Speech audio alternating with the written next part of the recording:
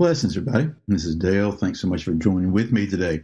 We're in Revelation 8, beginning with verse 1. We covered this several episodes back and just sort of looking ahead to see what happened when the seventh seal is open. So we've seen what occurs, but we're going to read a little more today. Now, again, remember, there was a document, a book, likely in the form of a scroll that had been sealed with seven seals. The Lamb took this book from he who sits on the throne, Father God, and he began to open the book by breaking the seals. With the breaking of the seventh seal, the book is now open. We are never told forthrightly what this book is. I think we can glean with a high degree of certainty what it is by what occurs when these seals are open, when they're broken, when the book is finally open. So with this seventh seal being broken here in the first verse, the book is open. So let me just tell you what's happening. When this book opens, there's going to be trumpets that come forth. This is the judgment of the Most High God. This is the day of the Lord. This is the wrath of God being poured out upon unbelievers, upon the evil one and his minions.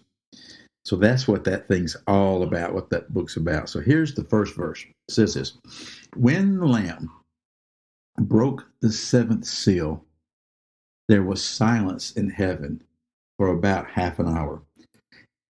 Why is there silence in heaven for half an hour? We're not told. Again, we're not just directly told why. We can make some assumptions, which I think might be pretty solid. As I've said before, when you look at all what's going on in chapters 4, 5, and 6, there's all this worship. There's all this sound. I mean, there's a lot of sound going on around the throne and that throne room scene. Now it's silence, total silence in heaven. By the time we get done with the book of Revelation, see everything that occurs and everything that's revealed, I think we can pretty safely come back and say, well, the reason that silence is breaking forth is because of just the magnitude of what is about to occur. The magnitude of the wrath of God. The fact that we're coming to the end of the rebellion. That we're coming to the point of fruition of all that God is bringing forth and redeeming his creation. So there's silence in heaven. And again, I'm sort of intrigued by the fact that John, he knew the time, about half an hour, which means that there's some form of time that is existing within what he is seeing. You know, he kept repeatedly saying, after these things, after these things. And so is he just interjecting that time into our timeline here where we can understand? Or is it the fact that there's actually time that takes place in eternity? As I've said before, I used to think that eternity was timeless. In other words, there weren't things to mark off time per se. But I don't think that's quite right, because right here you see time referred to. Later on in Revelation, we're going to see about the tree on both sides of the river that produces fruit every month. Well, that's a timing element there in and of itself.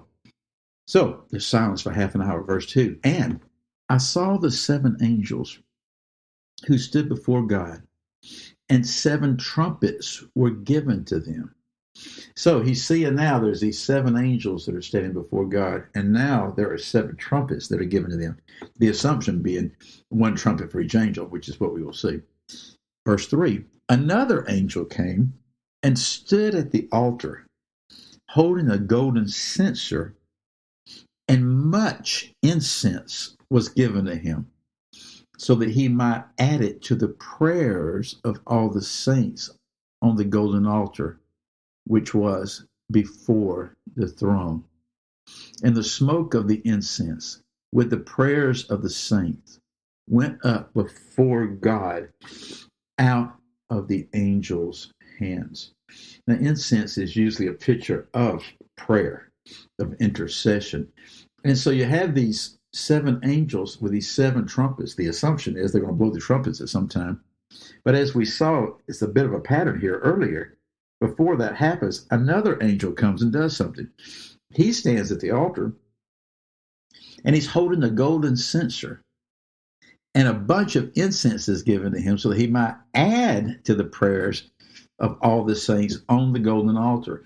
Want to know where your prayers go? They go before the Most High God on a golden altar. Is this the same altar that we saw over in the opening of the fifth seal, where the martyrs were under the altar? Under the altar? Well, perhaps. So he does this angel. He adds, and the smoke of the incense with the prayers of the saints went up before God out of the angel's hands. Then the angel took the censer, okay, that censer that he had, the smoke's coming up, he filled it with the fire of the altar, and he threw it on the earth. And there followed peals of thunder and sounds and flashes of lightning and earthquake. So we see all this stuff happening, and we sort of lose perspective of size of things here. Because this angel takes fire from the altar, okay, filled it, the censer with it, and then he threw it to the earth. Did he throw the censer? Let me read this again. Then the angel took the censer and filled it with the fire of the altar and threw it to the earth. Okay, it sounds like he threw the censer down there, doesn't it? Regardless of what was thrown down there, it's a censer, I think. There followed peals of thunder and sounds and flashings of lightning. So you have lightning, you have thunder, and an earthquake. There's a lot of earthquakes. Everything is being shaken. Everything is being moved. Last verse of the day, verse 6. And the seven angels who had the seven trumpets prepared themselves to sound. And the next verses, what we're going to see is that the trumpets sound one after another, after another, after another. This, folks, is the wrath of God. This is the day of the Lord, the judgment of the Most High God beginning.